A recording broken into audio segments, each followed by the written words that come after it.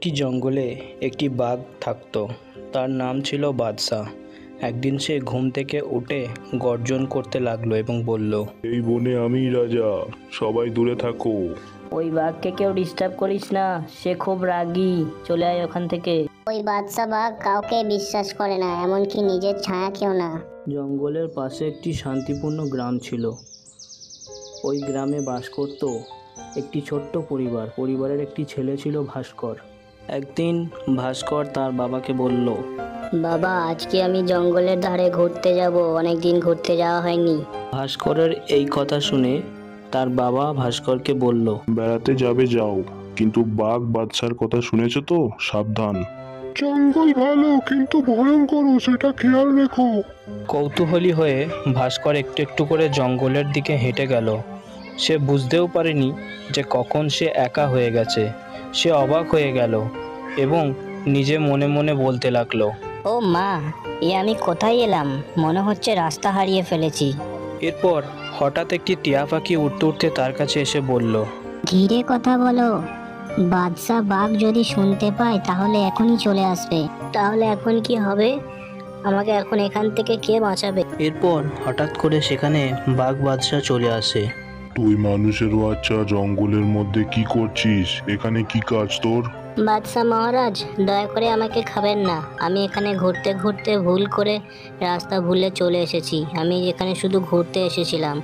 আমি তোকে খেতে আসিনি, তুই ভয় পাস না, চুপ করে বস। তখন বাঘ বাদশার কোমল হৃদয় জেগে ওঠে। সে ভাস্করকে বাঁচাতে চায়, আর সেই জন্যই বাঘ বাদশা ভাস্করকে বলল, চল, তোকে তোর গ্রামে ফিরিয়ে দিয়ে আসি।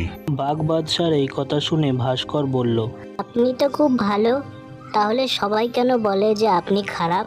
আমি রাজা বলে সবাই আমাকে ভয় পায়, তাই আমি সবার জন্য ভয়ানক, কিন্তু কেউ কখনো আমার মনের অবস্থা বুঝতে পারেনি। এরপর বাঘ বাদশা ভাস্করকে নিয়ে গ্রামের দিকে গেল। রাস্তায় যাওয়ার সময় বনের বাকি পশু পাখিরা ভাস্করকে বাঘের সাথে যেতে দেখলো এবং তারা নিজেদের মধ্যে বলা কওয়া করলো, ওই দেখো হাতি ভাই, বাঘ বাদশার সাথে একটা বাচ্চা যাচ্ছে। তাদের দুজনকে একসাথে দেখে হাতি তখন শিয়ালকে বলল, হ্যাঁ রে, সেটাই তো ভাবছি, যে বাঘ বাদশা যে এত রাগী যে নিজেকে কখনো বিশ্বাস করে না, অন্য কেউ বিশ্বাস করে না, সে নাকি একটা ছেলেকে নিয়ে জঙ্গলের পথে হাঁটছে। ওদিকে ভাস্কর বাড়ি ফেরেনি, তাই তার বাড়ির লোক সব চিন্তায় আছে। এরপর ভাস্করের বাবা ভাস্করকে খোঁজার জন্য বাইরে গেল এবং তিনি দেখতে পেলেন যে ভাস্কর একটা বাঘের সাথে গ্রামে ফিরে আসছে এবং পুরো গ্রামবাসী এই দৃশ্যটা দেখে তারা অবাক হয়ে গেল যে মানুষ আর পশু একসাথে। এরপর ভাস্করের বাবা বলল, কিরে ভাস্কর, তুই ঠিক আছিস তো? এতক্ষণ কোথায় ছিলি তুই?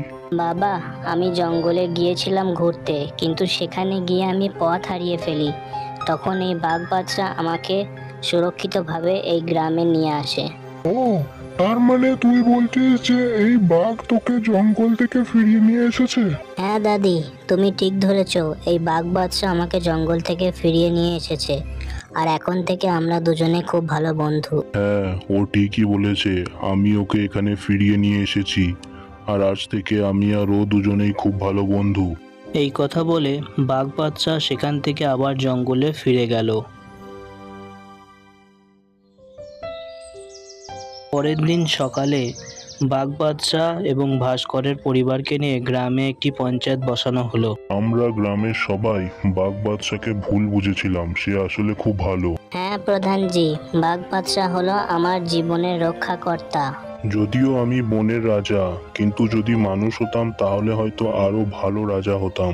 এরপর বাঘ বাদশা জঙ্গলের প্রাণীদের ডেকে পাঠালো এবং বলল, আজ থেকে কেউ আর আমাকে ভয় পাবে না, আমরা সবাই মিলে একসাথে এই জঙ্গলকে একটা শান্তির জায়গা বানাবো।